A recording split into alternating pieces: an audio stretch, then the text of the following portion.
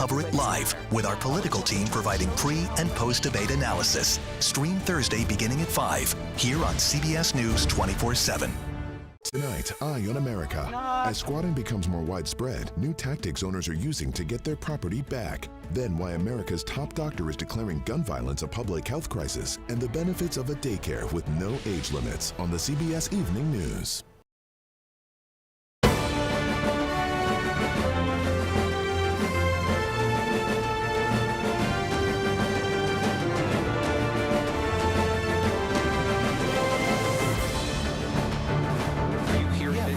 Is a pressing issue for this race? I hear that it's important, but it's maybe fourth or fifth on the list of issues. Republicans like Donald Trump, conservatives, they've made it into a political issue instead of a private healthcare issue.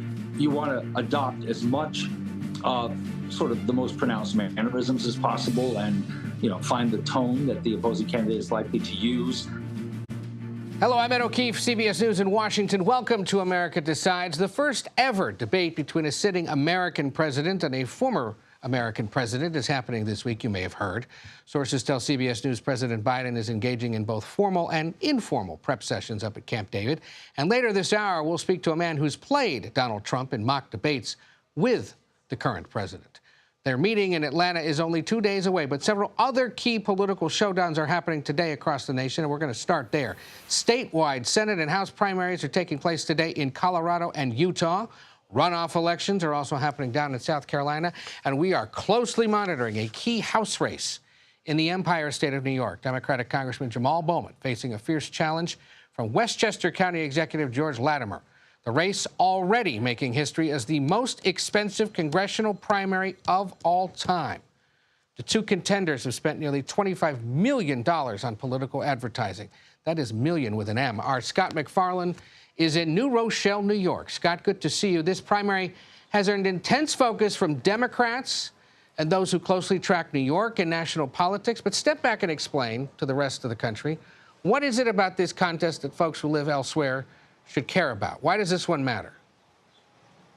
Ed, in the same week as the first presidential debate, it's easy for people to lose track of some of these down-ballot races, especially the down-ballot primaries. But let me tell you who didn't overlook this race. Many, many, many donors. Yeah, $25 million spent just on a primary election to get a nomination for a U.S. House seat. It's because this has become a bit of a political proxy war over the war in Gaza. The two-term incumbent, the progressive Jamaal Bowman of the Bronx, has taken a distinctive position criticizing Benjamin Netanyahu, calling him a maniac, and criticizing the war, calling it equivalent to a genocide. His challenger is George Latimer, the Westchester County executive who used to be a state legislator here. He is a household name for a lot of folks in Westchester County, where he leads a major American county. He has been fueled by millions of dollars in donations from political action committees aligned with Jewish American interests. We asked George Latimer as he campaigned today and met with voters what he makes of this focus in this race on Israel. The amount of money that's being spent in this race is indicative of what happens on a national level when even one House seat becomes important in the macro chess game that's played. And, the incumbent who's complained a lot about that, he had a major financial advantage 2 years ago when he ran for the seat because he, too, has independent expenditures. So how is Jamaal Bowman responding to all this? He has said George Latimer is beholden to big donors. And the line he's used throughout this day, and really throughout the last week of this campaign, is it's money versus many. That George Latimer is the interest of money, but that there are many supporters for Jamaal Bowman. We'll find out if that part's true when the polls close at 9 p.m. here in New York. And Scott, you've touched on this, but the fact that the war between Israel and Hamas has been such a big factor in this, not only in terms of the rhetoric and the debates that these two have had, but the amount of money spent. The AIPAC-affiliated group United Democracy Project spent nearly $15 million boosting Latimer's campaign in response to Bowman's criticism of the war. To what extent has that factored into the actual choices of the voters participating today? Do we have any sense of that? And George Latimer will tell you it's not the thing he hears most about when he campaigns. He says he hears about the things we've been talking about: inflation, the border, pocketbook issues. That notwithstanding, the donations are coming from interests that are very much aligned with sides on this debate over the war in Gaza. So it's somewhat unavoidable, though George Latimer says when you retail politics here, you do hear about other things. Jamaal Bowman had a lengthy rally we attended yesterday in Mount Vernon, New York. Israel did not come up. But in the ad war, which New Yorkers are growing quite tired of, it saturates the airwaves. And part of the issue here, Ed, is this $25 million, this bonkers amount of money being spent on this election. You got to account for one thing. Not only does it seem to be a proxy war over a bigger political issue, but also it's a uniquely expensive part of America in which to campaign. This is the boardwalk and park place of the electoral map.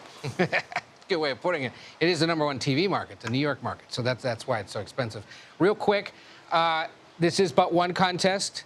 Is there anything more that can be gleaned from this race about the state of the Democratic Party in New York or across the country? Oh, absolutely. You see other progressives here campaigning with Jamaal Bowman. That includes Alexandria Ocasio-Cortez, who's on the ballot in her own primary nearby. She's on the air, by the way, too, but marshaling her time and energies to help Jamaal Bowman. There seems to be this sense that Jamaal Bowman's test case could impact other progressives in future election cycles. If he gets whopped here, it could, if he gets walloped, it really could lead to other races, other primaries down the road for his political allies. All right, we shall see. Scott McFarland there in lovely New Rochelle, New York, in Westchester County, New York. Thank you, sir. We'll talk to you soon. And I know you'll be tracking things tonight. In other news, today marked the third and final day of a hearing centered on whether special counsel Jack Smith should be removed from Donald Trump's classified documents case down in Florida. CBS's Katrina Kaufman's been following this from inside the courtroom. This afternoon, Judge Cannon held a hearing where she heard arguments from Trump's attorney about the validity of the search warrant that was used for when the FBI searched Mar-a-Lago and found the boxes of classified documents that are at the heart of this case. And we actually just got new pictures of those boxes from Jack Smith last night. They show how these classified documents were mixed in with other personal keepsakes of Trump's, with clothing and thank you notes and photographs, even Christmas ornaments. But what was being discussed in court today is that Trump's attorneys say that the language that was used to obtain that warrant wasn't specific enough and that it was overly broad. They also say that the search itself was too broad, that FBI agents were allowed to go anywhere on the property. They even searched the room of Trump's son and of his wife, which really seemed to be a point of contention for them. However, Judge Eileen Cannon pushed back on Trump's attorney, Emil Bovee. She repeatedly asked him what language he actually thought was missing and why it would have mattered legally. She pointed out that paperwork is something that can be found anywhere and that Trump has a large property. By the end of the hearing, it seemed like she was probably going to side with the prosecution on this one. She said that she had trouble seeing what was missing. Towards the end, this hearing also got a bit contentious. Trump's attorney was starting to bring up issues related to other motions, and the prosecution's attorney, David Harback, accused him of hijacking the hearing. At the end, Judge Cannon abruptly ended things, and that was the end of today in that courtroom. Ed? Katrina Kaufman, thank you. WikiLeaks founder Julian Assange has agreed to plead guilty to violating the Espionage Act. He's expected to appear in a U.S. federal courtroom on the Northern Mariana Islands this week. Assange will not spend any time in U.S. custody as part of this agreement. That's because he'll receive credit for the approximately 5 years he spent in a British prison fighting extradition. A federal grand jury indicted him in 2019 for illegally obtaining classified information and posting it online. Pennsylvania was key to Joe Biden's 2020 victory, and it's just as critical this time around. Coming up, we speak with one of the Pennsylvania Democratic congressmen the president sees and speaks with most often about what it will take to win back the Keystone State. And don't forget, you should join myself and my colleagues at 8 p.m. Eastern, 5 p.m. in the West on Thursday for coverage of presidential debate right here on CBS News 24/7. This program will kick off coverage with a special edition of America Decides live from the Spin Room in Atlanta at our usual time. Thank you for streaming CBS News.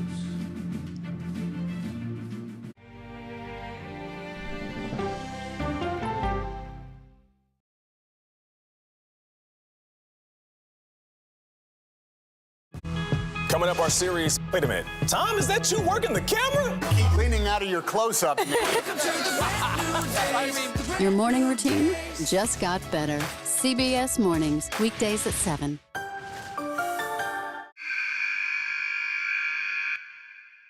I had progressively fallen deeper into the world of online sports betting. The risk is the rush. What do you think is driving the spike in popularity? I think it's legality.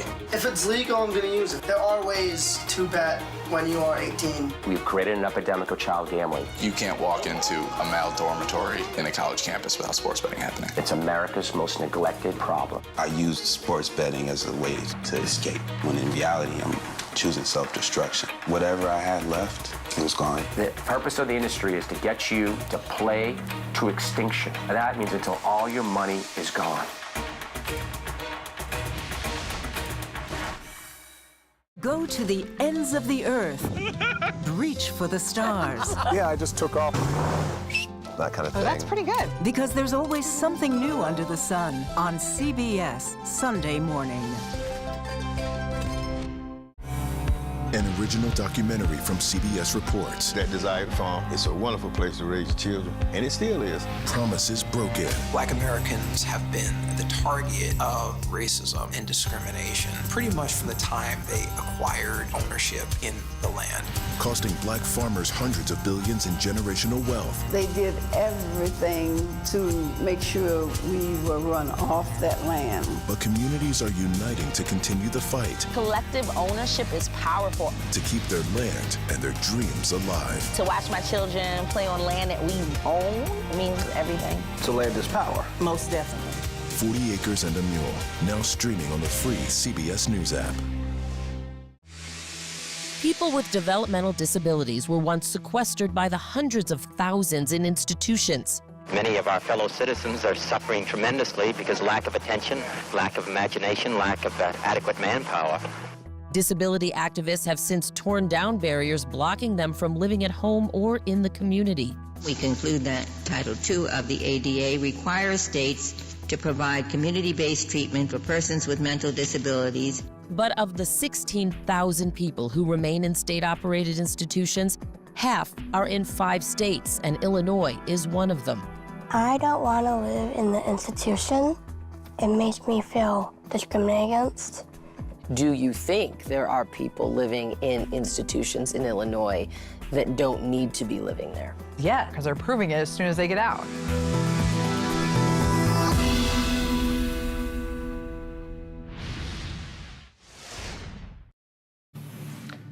Americans under 30 rank the economy as a top factor in who they will vote for this fall. A new CBS poll finds it's a major factor for 78% of younger voters. Ahead of Thursday's debate, the Biden campaign has a new ad airing in Pennsylvania and Georgia, hitting Donald Trump on economic issues.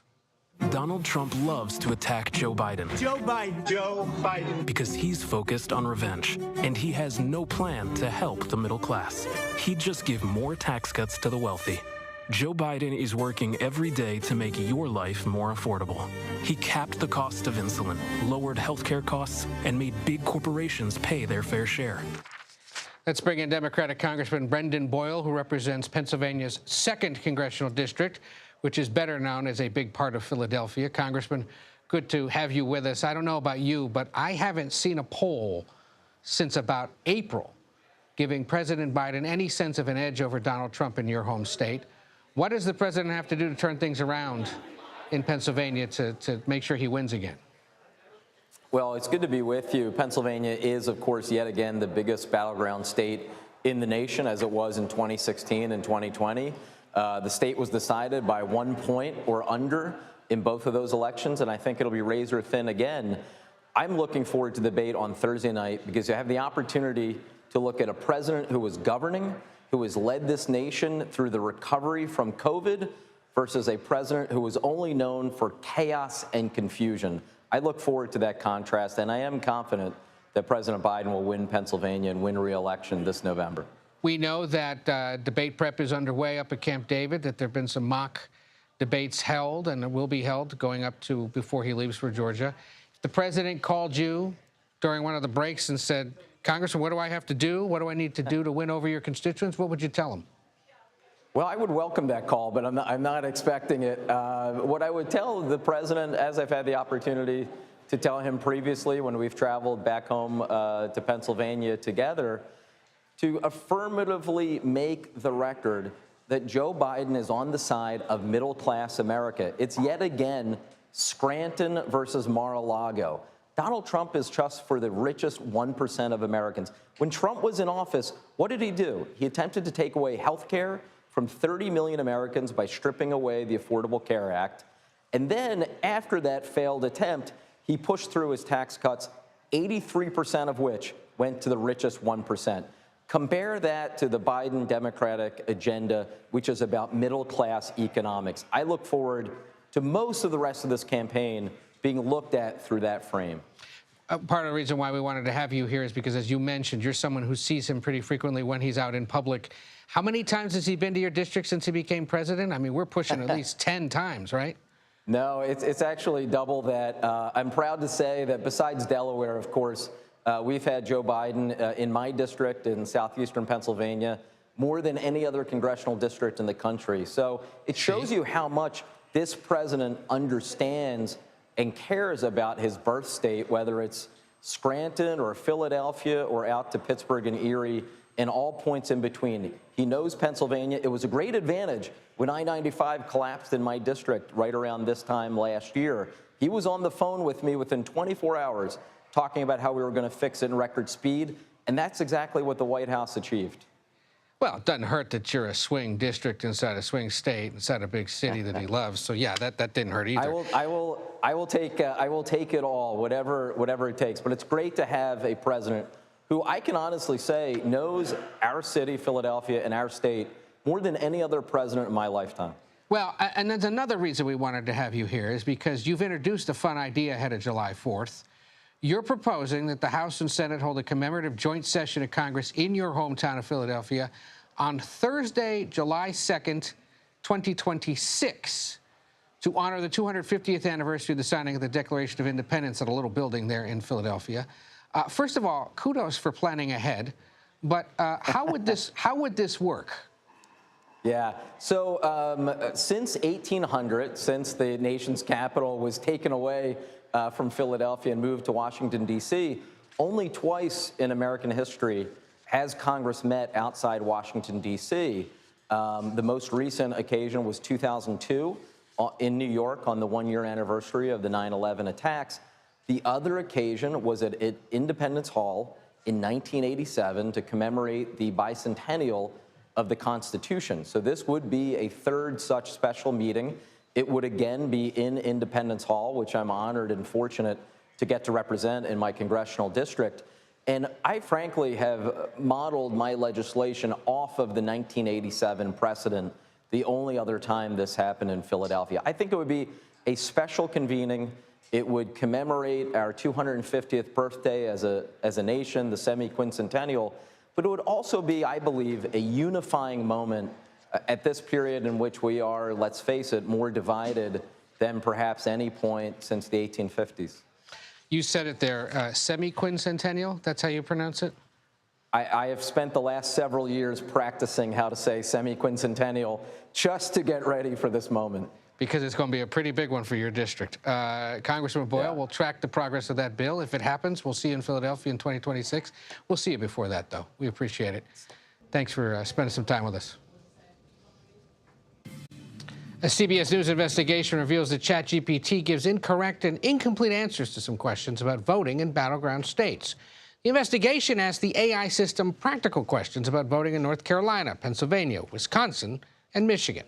The bot gave some correct answers and at times corrected previously incorrect answers. A spokesperson for ChatGPT's parent company responded to the investigation saying, quote, preventing artificial intelligence from being used to interfere in this year's elections is a priority for OpenAI. Vice President Kamala Harris is keeping her focus on abortion rights and targeting it especially at Latino voters, how it's playing in the critical battleground of Arizona. Stay with us. You're streaming America Decides.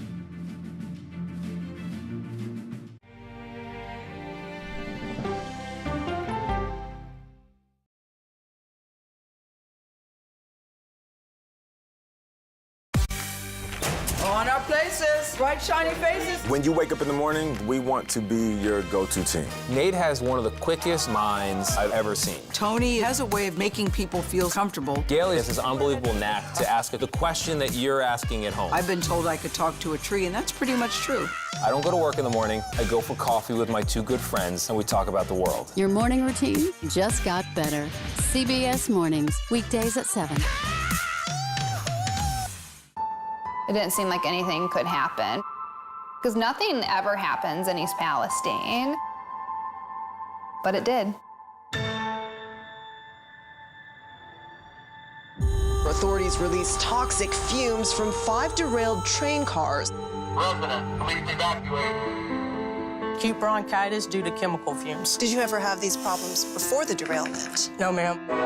This neighborhood's not safe no more. We can assure the community that there's not vinyl chloride entering their communities. Then why are there so many people feeling these various symptoms of bloody noses or difficulty breathing, bronchitis? That's a hard question to answer. We're talking about one of the most blatant releases of a mixture of some of the most toxic chemicals that we've seen in America. I feel like now I have a duty to warn other communities. If my daughter has to watch me die of cancer, at least it saves someone else.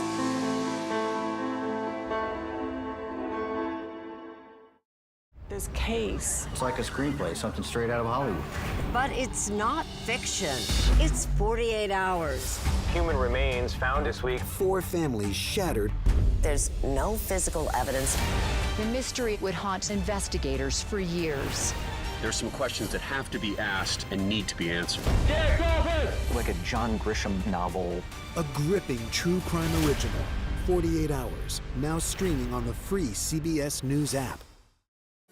Stories that inform. You can be really old at 60, and you can be really young at 85. Inspire. How do we unlock the power within ourselves to be who we want to be? And brighten your day. The best part of fame is making people feel good. Always send the people home happy. Make every day a little more like Sunday morning.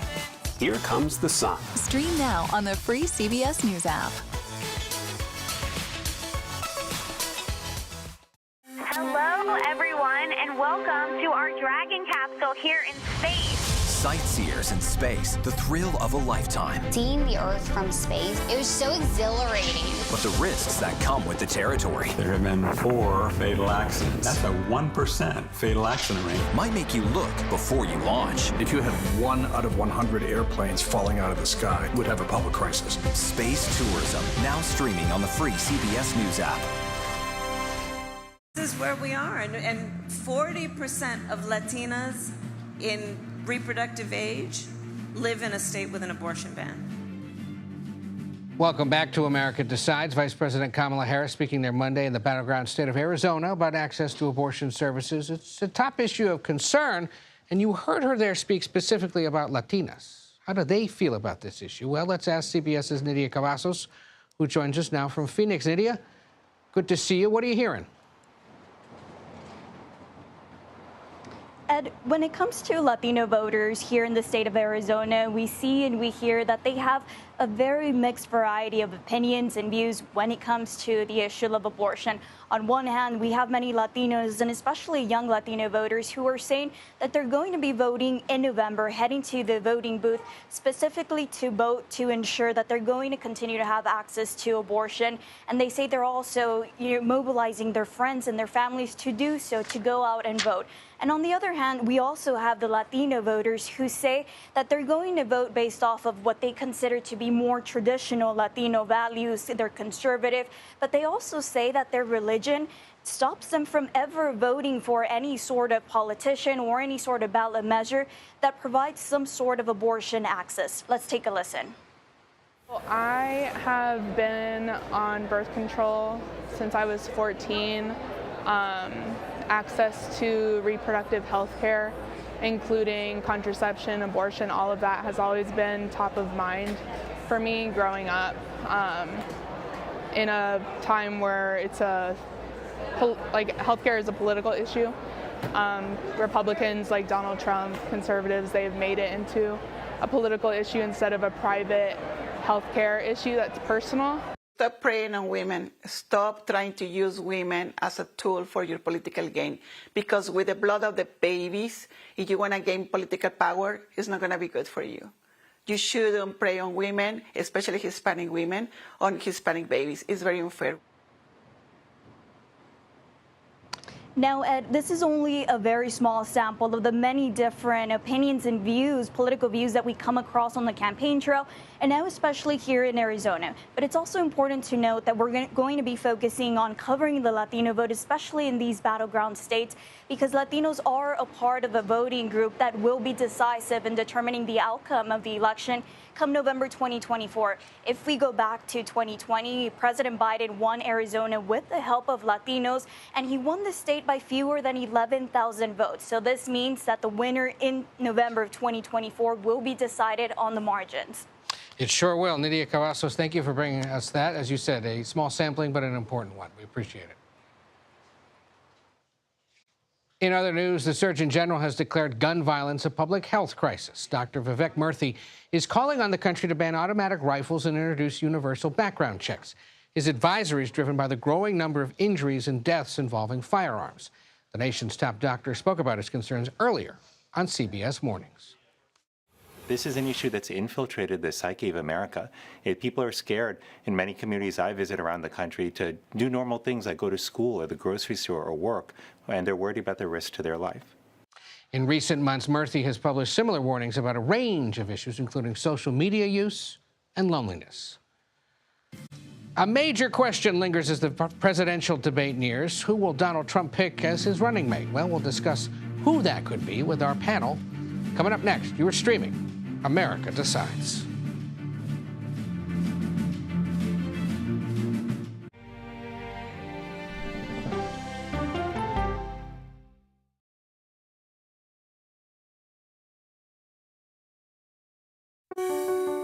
Washington is the seat of power. National security, foreign policy, global economics, every story comes through Washington in some way. We bring some of the most powerful voices in America to the table. We don't just ask the questions, you have to go deeper. We try to understand what's at the heart of the issue we're talking about, to then come forward with solutions. Face the Nation on CBS. The justices ruled that Harvard and the University of North Carolina violated the Constitution. In the aftermath of the Supreme Court decision to end affirmative action in college admissions, uncertainty sets in for some students of color. Affirmative action really gave us an equal opportunity. CBS Reports explores the historic decision and what it means for those chasing an opportunity to change their lives. I knew that college was the ticket to break this cycle. The end of affirmative action, now streaming on the free CBS News app. Okay, let's go. You guys good? Hey. All right, we good? Keep going. The clock, it's ticking. Off we go. 60 minutes. 60 minutes. 60 minutes. It's time for 60 Minutes, Sundays on CBS. An original documentary from CBS Reports. AI is among the most world-changing technologies ever. Curing diseases, scientific breakthroughs, making lives better. They can help us with medical discoveries, scientific discoveries, doing better agriculture, having cures for things like Alzheimer's. It's also going to really transform the way we work. The uplifting potential of artificial intelligence is limitless. It gives you a friend, somebody to chat with 24/7 that is non-judgmental. He makes me feel loved and desired. And so are its downfalls. The problem with all this AI is that it's unpredictable and uncontrollable. The choices we make now will have lasting effects for decades, maybe even centuries. The ChatGPT revolution, now streaming on the free CBS News app. We are about to see American weapons in the hands of Mexican cartels. A gun pipeline to Mexico. We are arming the cartels. 100%, no doubt about it. Happening right under our noses.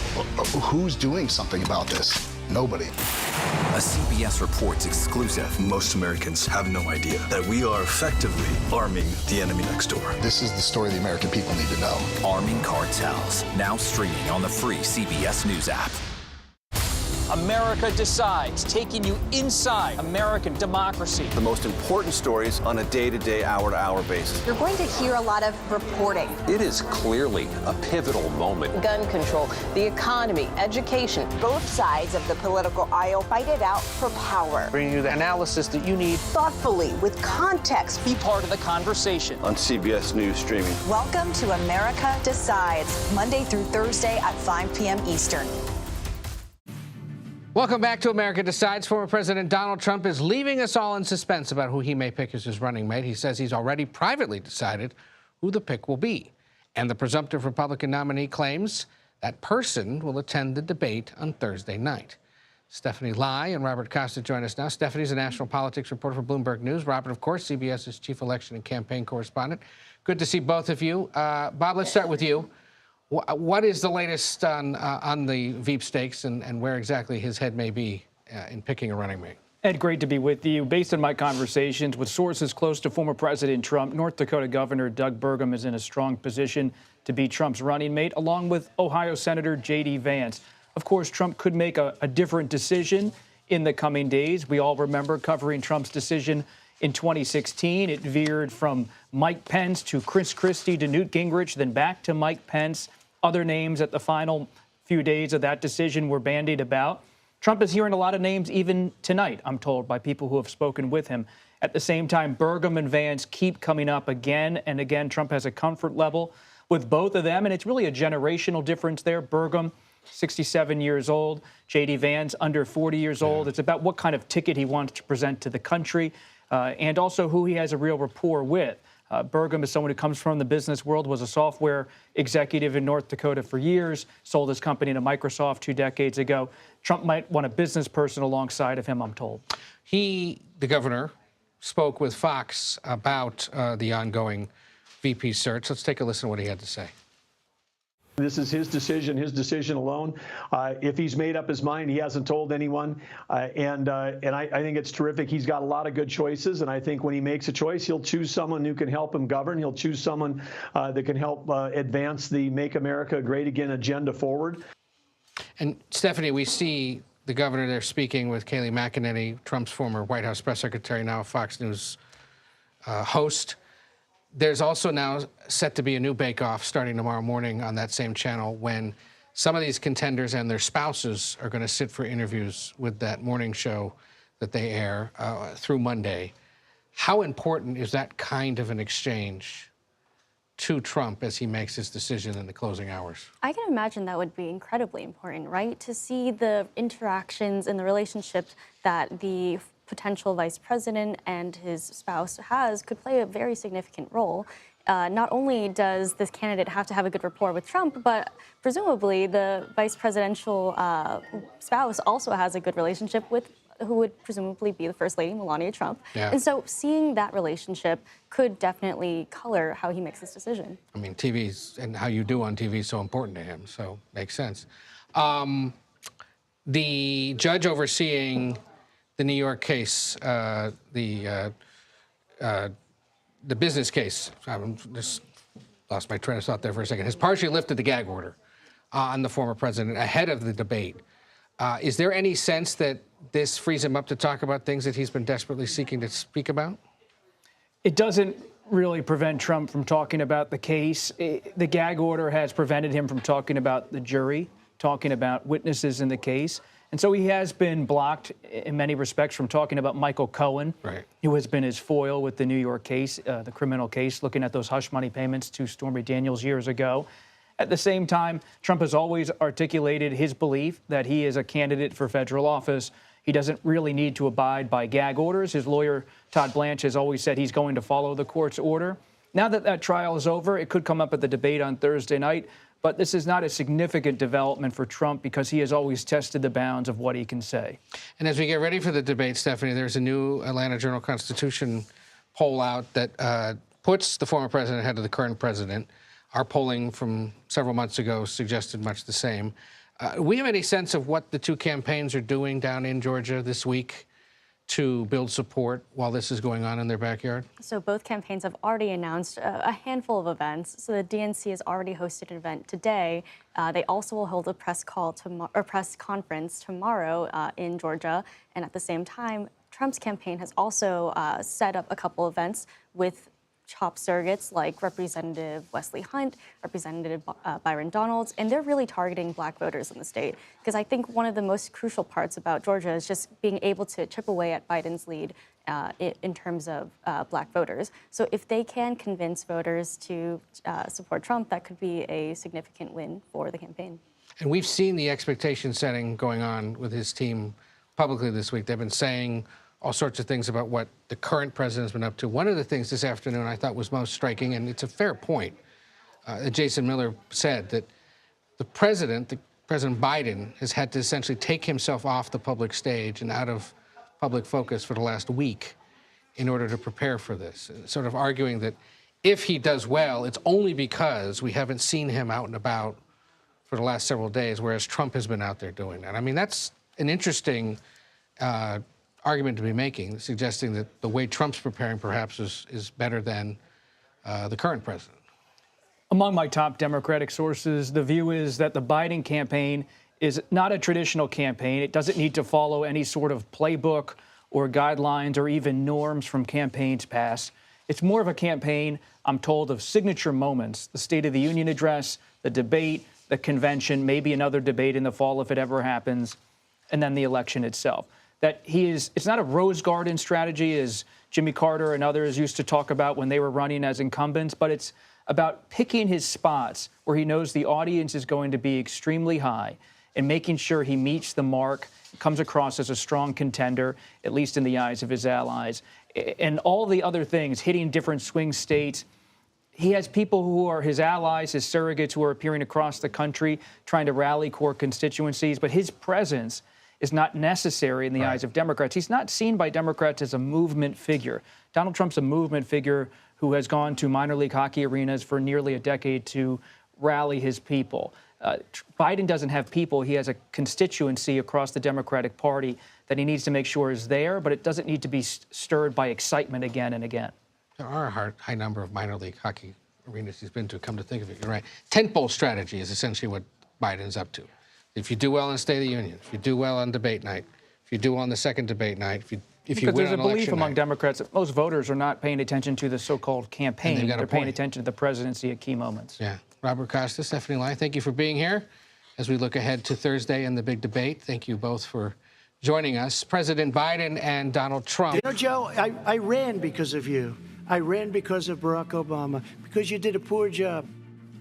As we were saying, President Biden and Donald Trump have just 2 days until the first presidential debate. Next, we talk to the man who's played Donald Trump in President Biden's debate prep.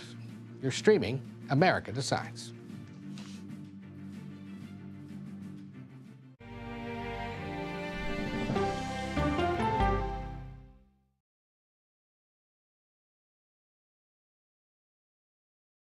Go to the ends of the earth. Right now. We got something crazy. And reach for the stars. There we are. Time. Yes, it's my comeback. Hey, this is pretty fun. But wait, there's more. Experience thought-provoking. I'm open to the idea of being a human being. Innovative and truly original reporting. Look through a telescope and go, wow. Because there's always something new under the sun on CBS Sunday morning. At this moment, terrorists could be plotting another attack. 9/11 triggered a counter-terrorist system that included a secret database. This person needs a closer look. A growing list of nearly 2 million people, including some Americans who say they're innocent. For 1 hour flight, I have to spend 6 hours to go and come back. CBS Reports explores the system, the people responsible for it, and those pushing for change. I'm not fighting against them. I'm fighting for them to do the right thing. The Watch List, now streaming on the free CBS News app. Don't miss true crime anytime you want, anywhere you go. With the 48 Hours podcast. Real crimes, real lives, real justice. There's some questions that have to be asked and need to be answered. Listen to 48 Hours on Apple Podcasts. an original documentary from CBS Reports. Imagine yourself in Manhattan with no police, no army, no mayor. The people of Haiti stare down poverty, corruption, natural disasters, and violence. 90% of the guns that are used by gangs in Haiti are American guns. But with an unbreakable spirit and eternal optimism. There are days where I cry, but we can't be discouraged. We still believe in Haiti. They're still able to look ahead with hope. Haiti is on the brink of transformation, a radical shift. Nations are coming together and saying things must change. Fighting for Haiti, now streaming on the free CBS News app. Hey there, welcome to The Uplift. I thought she was a groom, and I stepped back and I went, oh, you're the queen. She's going to be with me every instant that I'm alive. I just wanted to see if you'd go to Disneyland with me today. I look over at him and he's smiling. I'm going to remember that the rest of my life. They told us when he was going to be born, he was only going to live for 30 minutes. It's really a miracle that he's with us today. The Uplift. Stream now on the free CBS News app. When you wake up in the morning, we want to be your go-to team. On our places, bright, shiny faces. I don't go to work in the morning. I go for coffee with my two good friends, and we talk about the world. Your morning routine just got better. CBS Mornings. A CBS News investigation. People looking for love, finding their life savings gone. This could happen to anybody. And sometimes losing their lives. Anything for love. Now streaming on the free CBS News app. Welcome back to America Decides. We're just 2 days away from what could be the biggest turning point in the 2024 presidential race, the debate between President Biden and former President Donald Trump. Debates are supposed to represent the best that campaigns have to offer the voting public, and debates can show a candidate's poise under pressure, the quality of their preparation, and their nimbleness in responding to the unexpected. Those aren't my words. They're the words of our next guest, Bob Bauer, the author of a new book, The Unraveling, Reflections on Politics Without Ethics and Democracy in Crisis. Bauer has served as a top legal advisor and attorney for the Democratic Party since the late 1970s. Most notably, he was chief counsel to both of Barack Obama's presidential campaigns and served as White House counsel. And he was more recently a senior advisor to the Biden campaign and helped with vice presidential selection. Bob, thank you so much for joining us during what I know is a busy week for you. We'll kind of get into that, but we won't entirely get into it, because among the many things you've done for your political clients through the years is serve as, in essence, your client's opponent during preparations for debate. And you played the role of Al Gore for Bill Bradley during the 2000 Democratic primary. You played the role of Bernie Sanders, then Donald Trump, during Joe Biden's 2020 primary and general election debate prep sessions. Why is having a stand-in for a candidate's opponent necessary and important, and how do you prepare to play the opponent in that kind of a prep session? Well, thank you. The goal of the candidate preparing for the debate is to prepare, frankly, for the debate most likely to confront him or her. That is to say, to understand what that experience most likely will be like, what the opposing candidate will come in likely to emphasize, the tone that opposing candidate is likely to use, the style with which that argument will be made. So the whole purpose of debate prep is to approximate the experience of the upcoming debate. And it's important to do that, to warm up to that experience in that way. And an important part of that is having someone play the role of the opposing candidate. And you write in your new book about how you prepared, for example, in 2020, to play Donald Trump. You said you watched hours of tape of the 45th president as a businessman, as a 2016 candidate, and then in office, you read transcripts of his extemporaneous remarks. You got into the role as it requires. You didn't dress the part. You didn't necessarily learn to mimic his voice, but you had to get pretty close to what he'd conceivably say, right, in order to prepare Biden for that debate. That's correct. You're trying to be helpful to the candidate that you're preparing. And so you're not auditioning for a role as an impressionist or satirist or Saturday Night Live guest. You want to adopt as much of sort of the most pronounced mannerisms as possible and, find the tone that the opposing candidate is likely to use. And then, of course, most importantly, absorb and be able to present the material the way the opposing candidate is likely to present it.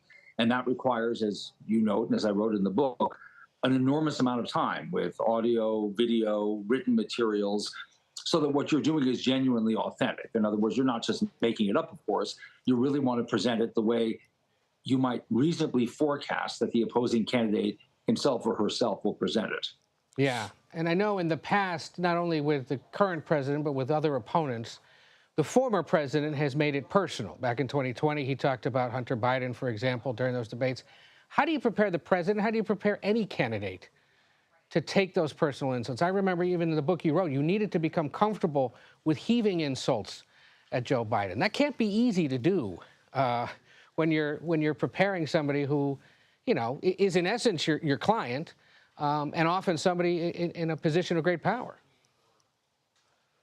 It's not easy. It's not comfortable, of course. But on the other hand, it's the job. I mean, you're not preparing the candidate unless, again, you're trying to do the best you can to create an example, sort of some kind of real experience of what that debate is going to be like. And if, in fact, the opposing candidate is a sharp attacker, a demagogue, whatever it may be, however personal the attacks are, however, by the way, fact-free the arguments or the attacks are, that is something that you are required to try to put before the candidate you're trying to help in the form in which you expect him to experience it. I know, or there have been reports from CBS and others that you are involved in this round of debate prep. Is there anything you can say, anything you're comfortable sharing about how it's going? I can't speak to this year's debate prep. I'm happy to talk about 2020 and the story in the book and the book as a whole, but I can't speak to this debate prep. Well, you ended up in the pool, right? Didn't you accidentally during that preparation? In 2020, I did. During a break, I was playing ball with the president's dog, Major, and my attempt to throw it the farthest possible distance to the dog's satisfaction launched me into the swimming pool up to my waist. So it was an entertaining moment in retrospect, an awkward moment at the time. One of the other things you did on behalf of Democrats back in the day is serve on a committee that recommended a series of changes to the presidential debate process and format. You talked about increasing chances for the candidates to engage directly with each other, or to end the sort of gaming of time-limited answers and instead allow them sort of a chess clock model where they have a total amount of time to use over the course of the thing however they see fit. Based on what you know about what's coming on Thursday night, does that get you closer to the preferred mode of debate that you and your colleagues had pushed for about 10 years ago? Yes, it comes closer for sure. It is more like the Kennedy-Nixon debates, candidates side by side, no audience, no theatrics, no entertainment tents, beer tents outside the hall, no tickets that are hard to come by. It's for the voters, and the voters are in the same position as everybody else, and the candidates are put in the most serious possible position for laying out the arguments that they want to make, the vision that they want to offer. And that's really what this is about. In the chapter in which I discuss debates, I talk generally about lying in politics, the manipulation of voters, the deficiencies in our campaign discourse. Debates are an important corrective to that, provided that they're structured in a way that are serious, in a way that's serious and respectful of the voters. And I do think the current format is an advance over what we have seen in prior cycles with these large theatrical productions. Well, we're looking forward to seeing how it goes. Now, I'd be remiss if I didn't ask you, because you're a former White House counsel, and when you're White House counsel, you're serving as attorney to the presidency, right? The institution. That's correct. What do you expect from the impending Supreme Court decision on Donald Trump's presidential immunity, and how do you think the nine should rule? Well, I'm not in a position to speak to what my own personal opinion is. I don't want to confuse people into thinking I'm speaking for the administration, for a client, or anything like that. But I can say that if you listen to the oral argument for a 2-hour span, all of the significant issues were raised and taken and debated actually quite seriously on the government's part, through the skilled advocate that they put forward, through the questions that the justices themselves asked.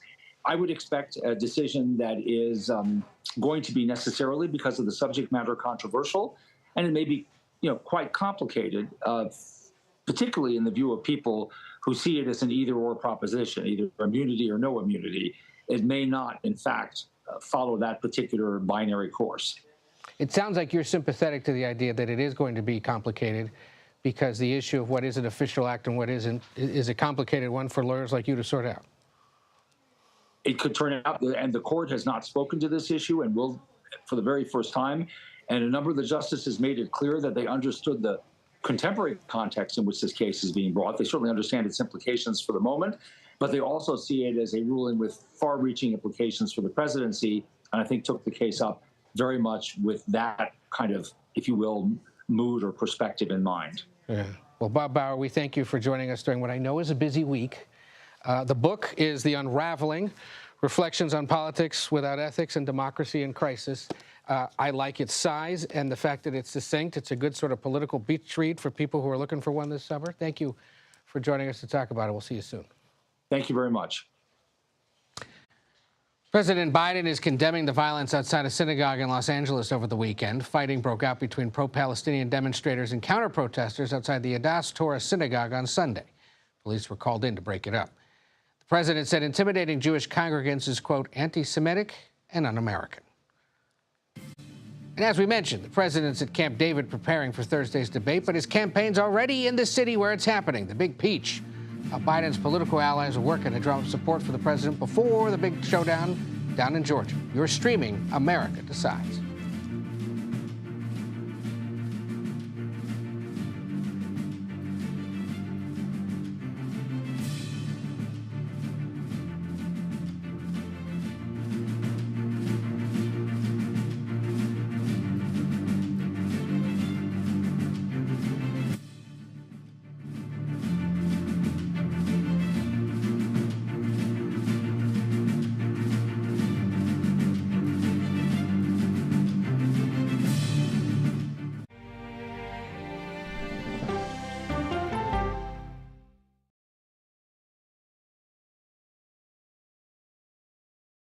Okay, so let's just start at the beginning. Well, let me start with this. What is at stake here? What is the answer then? Do you know why? You want me to just keep going? Is that a good thing or a bad thing? Were there death threats? How is this possible? What's wrong with that argument? Are you saying they lied? Have you told the government that? Why won't you say the word crisis? You're not answering my question. Is that scary? Does that make sense? What do you mean? What does that mean in Did any of that make sense?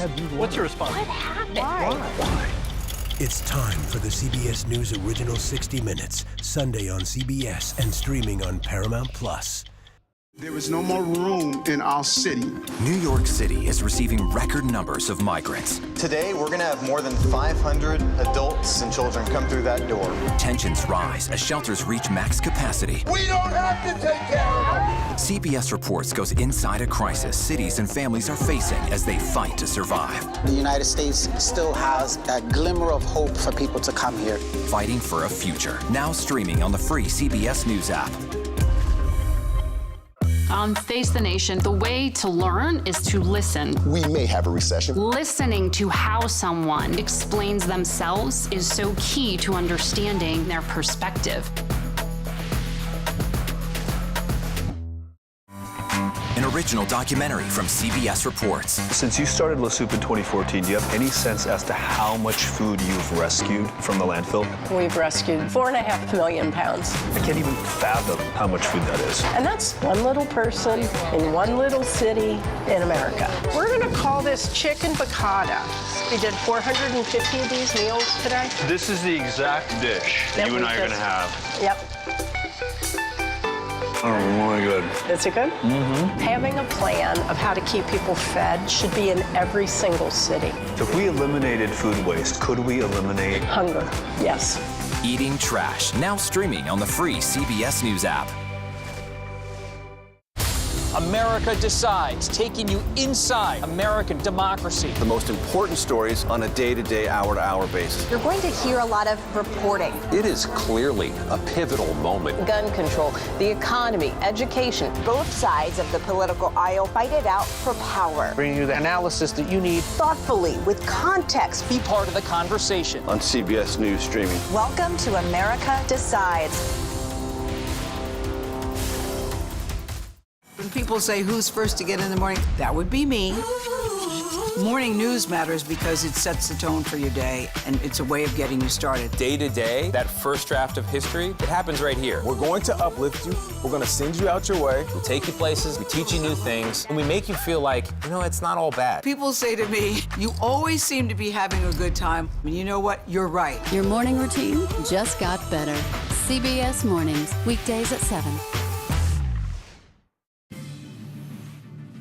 The Biden campaign's working to boost support for the president just days before he arrives in Atlanta for the first presidential debate. Georgia Senator Jon Ossoff and the Atlanta Mayor Andre Dickens held an event today with small business owners to highlight the president's economic record. He will go head-to-head, in case you hadn't heard, against former President Donald Trump at CNN's studios there in Atlanta on Thursday. Aaron Navarro is also and already there. Good to see you, sir. Tell us more about today's event and what Biden's campaign's hoping to achieve by holding this kind of gathering. Hello, Ed, from the She Salon here in Atlanta, where the Biden campaign held that event that you talked about with Senator Ossoff and Mayor Dickens of Atlanta. And this was essentially a launch of a small business coalitions for Biden-Harris. And the speakers really laid into the contrast between Biden and Trump when it comes to initiatives for small businesses. Senator Ossoff talked a lot about the infrastructure bill, a couple digs here and there at Trump, often touting Infrastructure Week, but in his words, not getting anything done about it. But it's just the latest day in these pre-debate messaging for the Biden campaign. Yesterday was the Dobbs anniversary. We saw a lot of activity from Vice President Harris, the second gentleman, in the battleground states on the topic of abortion. And tomorrow we're expecting a presser about political violence and tying Trump again to January 6th and being a threat to democracy, something we can expect to see Biden at least talk about a little bit on Thursday's debate.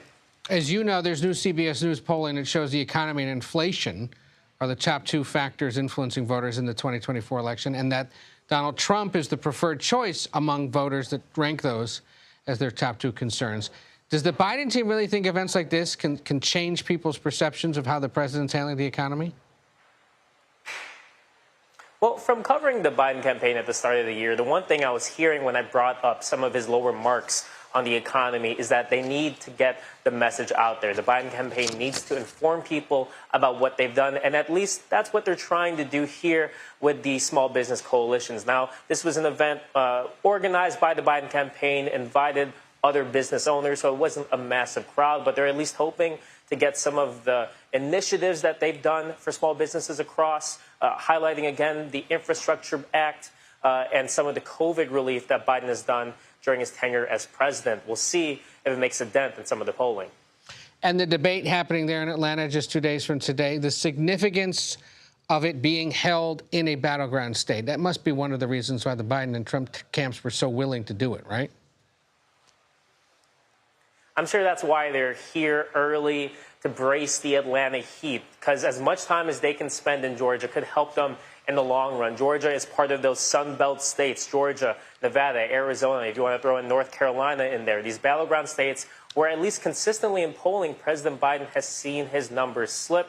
As much time as they can spend here in Atlanta, I'm sure both campaigns will welcome going into November. Yeah, well, hey, maybe while you're there, you can get a fade, since you're there at a hair salon. You got pretty good hair, though. Maybe. Pretty good hair, pretty good reporter he is. Aaron Navarro, thank you so much. We'll talk to you soon. Several primary contests for the House of Representatives are happening today in Colorado, but only one of them involves a well-known Trump ally, Lauren Boebert, who switched districts after losing almost 2 years ago. She's also been embroiled in multiple controversies during her most recent term. CBS News Colorado reporter Sean Boyd has more on a busy primary day. This primary is unlike any in recent memory in Colorado. In 3 of the congressional races, there are no incumbents on the ballot. Republican Congressman Ken Buck and Doug Lamborn decided to retire, leaving their seats open. And Congresswoman Lauren Boebert abandoned her seat after nearly losing it in the 2022 election to run for Buck's seat, which is in the most conservative district in the state. While Boebert's name recognition and war chest make her the presumed front runner, this isn't a slam dunk for for her. First, she comes with lots of baggage, some of it professional, yelling at the president during a State of the Union, some of it personal, getting thrown out of a theater for groping her date and vaping. Her opponents have also attacked her for being a carpetbagger, although admittedly a well-known carpetbagger. Here's the other challenge for Boebert. Independents who outnumber Republicans and Democrats can vote in the GOP primary, and many of them are anti-Trump, while Boebert is a die-hard MAGA devotee and is endorsed by the former president. If there's a strong turnout from unaffiliated voters and mainstream Republicans, Boebert is in trouble. Still, it's a six-way race, and that could work in her favor. She's counting on her opponents, who aren't nearly as splashy or flush with cash, to split the anti-Boebert vote. The race will not only decide her political future, but will test whether the MAGA crowd backs all MAGA candidates or just the MAGA candidate, Trump. It will also further define the Republican Party in Colorado, which will determine its fate. Trump lost the state by 13 points in 2020. Win or lose, Boebert will no doubt make news tonight. She's very good at that. She is indeed. Sean Boyd of CBS News Colorado, thank you. Now, here's a clue. The longest-serving host of Jeopardy! If your instinct is to answer who is Alec Trebek, then you may be the audience for the Postal Service's newest postage stamp. Coincides with the game show's 60th anniversary and pays tribute to Trebek's death in 2020. It incorporates the signature blue and white color scheme and a clue about Trebek's tenure. His name is written in question form on the opposite side. They are available to pre-order now. The official release date is July 22nd. That does it for today. We'll be back with another edition of America Decides tomorrow at 5 p.m. Eastern. The Daily Report with John Dickerson starts right now.